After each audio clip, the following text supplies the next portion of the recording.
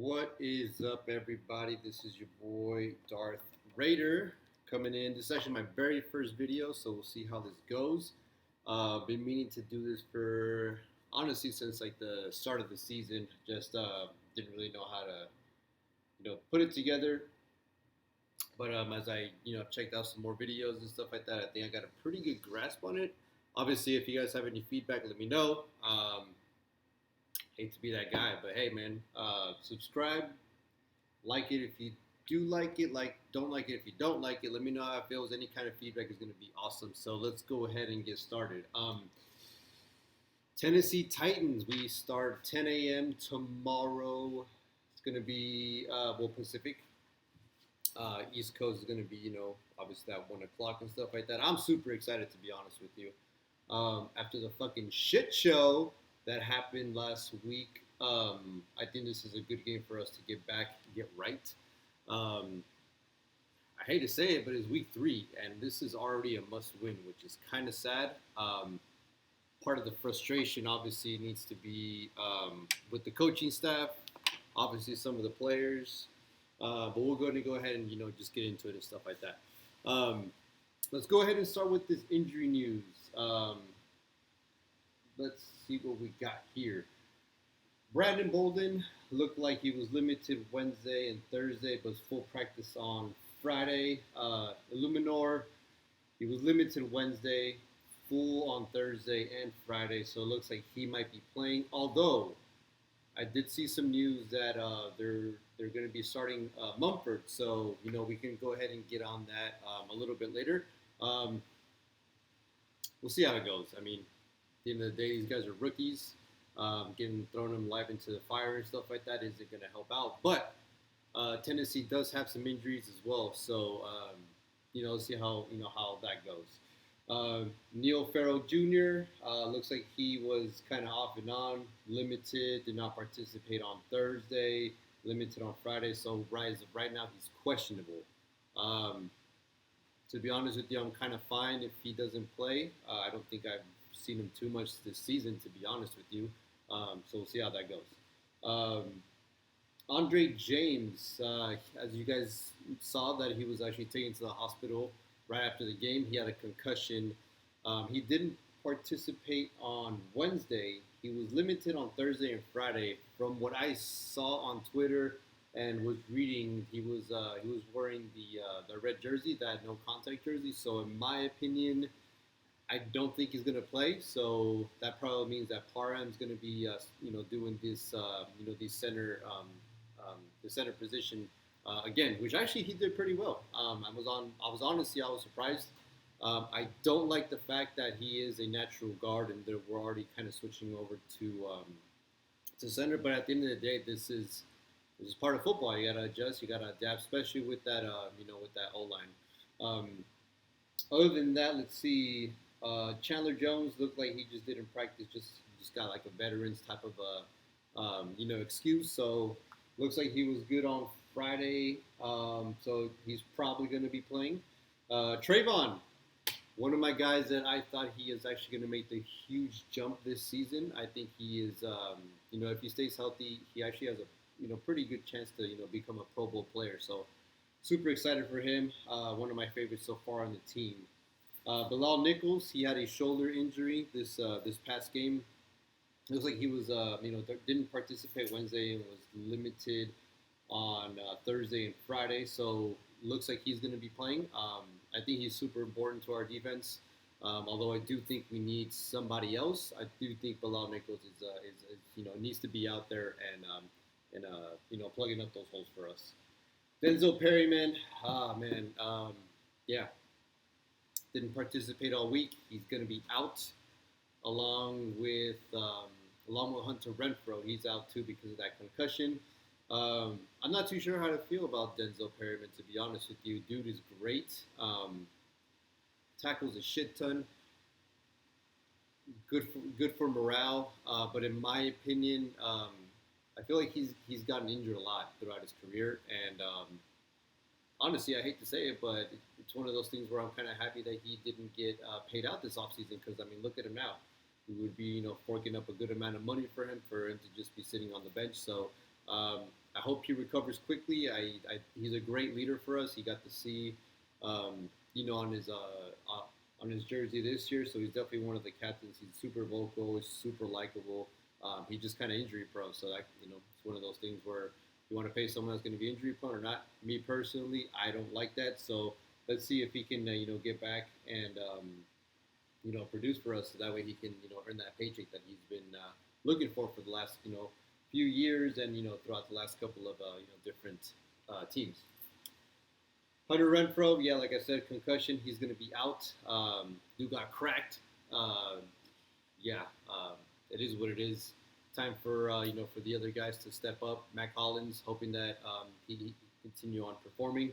Um, Jacob Johnson, it looks like here he has a hamstring injury. Didn't participate on Wednesday, limited on Thursday and Friday, so I'm assuming he's going to be out there. It's not like we use fullbacks too much, so I'm not really too concerned about how much he's going to be playing into this game plan. And Josh Jacobs, he was actually not listed on Wednesday and didn't participate Thursday and Friday. As of yesterday, we thought he was going to be out, but it's 2:45 over here Pacific Coast, and it looks like he actually just flew out by himself. So I'm hoping, even if he's like maybe 70% healthy, I think he contribute a lot to us. But I am expecting a shared load between Josh and maybe Brandon Bolden. Although I personally would rather have Zeus out there, getting some experience, getting some touches and stuff like that. But that's just me. Um, Now, if we look over to the Tennessee Titans, they got a whole bunch of people. But to be honest with you, the most important people that are going to be out is going to be Bud Dupree. He's had his hip injury, didn't participate all week. He's out. Ugo Amadi, he's a DB, ankle injury, did not participate all week, so he's going to be out. Offensive tackle Jamarco Jones, triceps, he's in the IR, so he's out. And Taylor Lewan didn't participate all week. It said he was going to be out, but I actually checked the socials. Shout out to Will Compton, former Raider, former Titan. He actually broke it that he's going to be out for the season. So sucks for them, good for us. I can't remember. Does he play? I know he's a tackle. I just don't remember what side he's on. So I'm hoping that whatever side he's on, whoever that DE is, that defensive end is going to go ahead and just absolutely wreck shit out there, because we absolutely need to. We need some performances from those guys. Chandler Jones, looking at you, my man. You only have like 5 tackles in the last couple of games. I know you've been asked to do a lot of different things, but hey, man, we're paying you like $50 million for you to rush the quarterback. I need you to start, making these sacks. It's kind of when it comes to the injury report. Let me see. Am I missing anyone else? Everyone else was. The only other person would be Kyle Phillips, shoulder injury, wide receiver. He's doubtful. He ain't that great, so it's whatever to me. I don't think he's going to be much of an impact if he was playing or if he wasn't playing. So there's that. I did see some news that a couple of different things too. We brought in Blake Martinez yesterday on Friday, for a workout, which kind of leads me to believe that Denzel Perryman might be out for the long run, might be out for a few weeks if we're going to be bringing someone in like that, because in my opinion, although I absolutely like Blake Martinez, I followed him closely when he was with the Packers, and he actually has been getting a lot of reps, he's been getting a lot of looks, because he actually was under the DC, our defensive coordinator, Graham, over in Green Bay and in New York.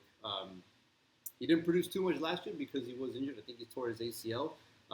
But other than that, besides that injury, he's actually been a pretty consistent producer. He's been pretty good at the position that he plays. Not great, obviously, because if he was great, then he wouldn't be a free agent right now, right? So I personally don't mind him coming in, although I would prefer our younger guys to be thrown in there just to see how they are. But maybe that's what we're going to be doing this week against the Titans. See where all the young guys are at, see if they're going to be able to perform, and if not, if it's still not looking good, then probably means that Blake Martinez is going to be signed with us. Either way, I'm totally fine with Blake Martinez on a 1-year deal. Also, I noticed that we did name Munford our starting right tackle. Um, I'm a little excited, a little bit apprehensive, just because he's a rookie. It's only his second start so far. I don't know how I feel, man. Like it's obvious that we need major help in the offensive line. And we obviously did trade for for that Herring guy earlier this week. So I mean, it's obviously clear that the coaching staff and especially the O line right there hasn't figured out who's going to be the starting five. I hope we can figure this out sooner rather than later, just because I feel like that's one of the position groups that needs to be playing all the time together, and we just can't be switching people out. Totally understand that there's people got to take a break every play, every now and then and stuff like that. But for the most part, I think a lot of these O line need to be together at all times. So um, overall, I'm pretty happy. I think we gave up like a sixth or a seventh rounder for the Heron guy. Totally fine with me. I think it adds some depth that we desperately need too. So other than that, let me see what we got here. Moving on, my keys to the game here is going to be. I got a couple of different ways to do it. So I'm going to go keys to the game on offense, keys to the game on defense. For me, on the offensive side, let's go ahead and start there. I feel like we need to run the ball with JJ, Zeus, whoever. I don't care, but I think we're 31st in the league as far as rushing, and that is absolutely unacceptable. We have five five running backs in our depth chart, and we're not even using them, which is absurd. Um, I know Jacobs was averaging like 4.7 yards per carry against the Chargers, a little bit less, actually almost a yard less with Arizona, but that was because our fucking just completely just fucked up in the second half with that offense. But he was looking great. I was a huge I'm a huge fan of Josh Jacobs. I want him to succeed so much. I think he's definitely trying to earn that contract. Case in point, I mean, he's obviously sick. If someone was under contract, he would maybe just want to take this game out and not care for it. But hey, he's on a plane right now. He's trying to make his trying to make that comeback, trying to perform over for tomorrow. So I'm hoping he has a great season. I think we desperately need it, but we also need to run the ball a lot. I think this is just absolutely absurd that we're the 31st ranked offense when it comes to running. When we have five running backs, come on guys, get that shit together. My other one is going to be throw it to Devontae Adams. This guy is the best wide receiver in the league. Why are we not throwing it to him? I understood that we wanted to kind of, share the love a little bit with this second game, but he had like 7 targets, 2 catches. Yeah, one of them was a touchdown, but that was a 1 yard touchdown. That was designed. Like I absolutely expect that every single time we're like around the 1 yard line to be either looking at Josh or at Adams. But Adams, at the very least, in my opinion, needs at least 12 targets, man. Like there's no way, especially with Hunter being out, there's no way he shouldn't be getting about 12, 13, maybe even 14 throws at him, man. This is ridiculous. He's the best wide receiver that we've had in a very long time. I can't even better than Amari Cooper, and that was back in 2016, 2017. This is crazy. So yeah, I'm expecting us to look at Adams a lot, especially with the GOAT Hunter Renfrow being out.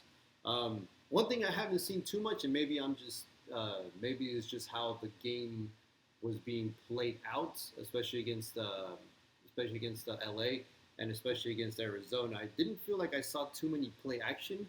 So I'm hoping we can do a lot of play action passing, open up everything, keep that Titan defense guessing. Yeah. So when it comes to that, I really feel that play action is going to be very crucial for us, just to kind of keep these guys guessing. Moving on from the offense to the defense. I mean, it's no secret they got King Henry. That guy needs to be absolutely stopped. He's not looking great this year, but we are the Raiders.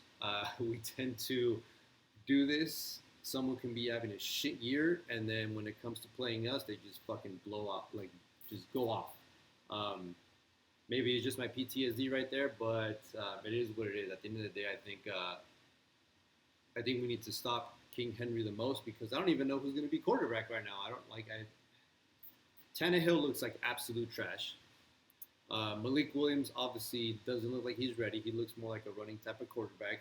Don't get me wrong, that dude is huge. That guy is ginormous, but I just don't think he's up to par when it comes to like reading defenses, pre-snap reads, audibles and stuff like that. And maybe he just doesn't have a grasp on that playbook. Although I will say that playbook is owned by Todd Downing. If you guys remember who Todd Downing is, he was our offensive coordinator for the 2017 season. Absolute trash. I never want to see him around the facility or be associated with the Raiders ever again. Such a shame. I can't believe we let that other OC go. I can't remember what his name is right now, but we let him go, and that was Carr's best season before he broke his ankle, or broke his foot, I should say.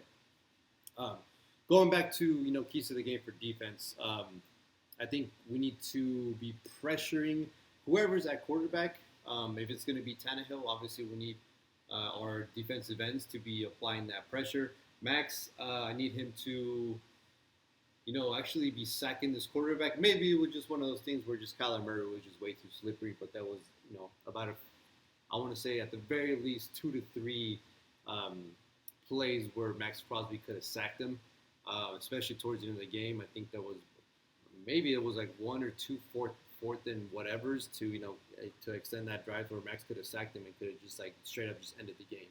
But most importantly, I'm looking at you, Chandler Jones. Yo, we're paying him $51 million, and I think he's got like 5 or 6 tackles this whole year. That is absolutely unacceptable, man. Like, I know you're a vet. Maybe Patrick Graham was asking you to do a couple of different things, but at the end of the day, you are a defensive end. You do get paid to rush the quarterback and get these sacks. So I need him to, produce and earn that paycheck. To be honest with you, I'm honestly tired of seeing all these players in the past just collect a paycheck and absolutely do nothing. So come on, Chandler. Need a couple of sacks from you, hopefully. Also wanted to see a little bit more of a rotation when it comes to like these DNs, these defensive tackles. A lot of these guys did show good promise during the preseason, like that Bowers kid, Michael Koons. I think he's only gotten 2 snaps this season, man. And I think that's unacceptable. I think we need to be rotating these defensive ends and let people like Max, let people like Chandler Jones get a little bit of a breather. That way, it can help us out in the long run. Towards the end of games, because let's face it, that's what happened last week. That defense was out there for I think 51 plays, almost damn near a half hour of just trying to contain this Kyler Murray, who's just incredible. That dude is crazy. I don't know. Yeah. So when it comes to that, I definitely want to see some more rotation, get these guys fresh. So those are kind of my keys to the game when it comes to the offense, when it comes to the defense. And then finally, my predictions is actually, let me go back a little bit. So I was checking like Vegas odds and stuff like that, and right now we're at -1 with the over under being 45.5 points scored. My prediction, I think this is going to be a close one, and I'm just saying that because it's probably just my PTSD again, guys. I honestly can't remember a time where we actually blew out a team comfortably. Maybe Philadelphia last year, but even then, I think we were winning like 32, 38 to whatever it was, and in the fourth quarter they came back, and it was like 22 to like 32 or something like that. But I honestly can't remember the last time we actually blew out a team by like more than like maybe 20, 30 points. So I honestly think it's going to be a close one. It's away. It's going to be a 10 a.m. game for us. We don't do well when we travel over to the East Coast, and let's be honest, guys. They lost 2 as well. They're in a must-win game situation, and they're 0-2 as well. They're at home. They're gonna have that crowd behind us, or behind them, I should say. So let's see what we can do. I really hope if there's any Raider fans out there, we make a lot of noise. Yeah, man. Other than that, I think that's pretty much all that covers. Once again, my name is Chris, Darth Raider. If you guys like this video, if you guys have any suggestions, feedback, feel free to let me know. This is my very first one. Looking forward to continue on this journey with the Raiders. Yeah, Raider Nation, let's go.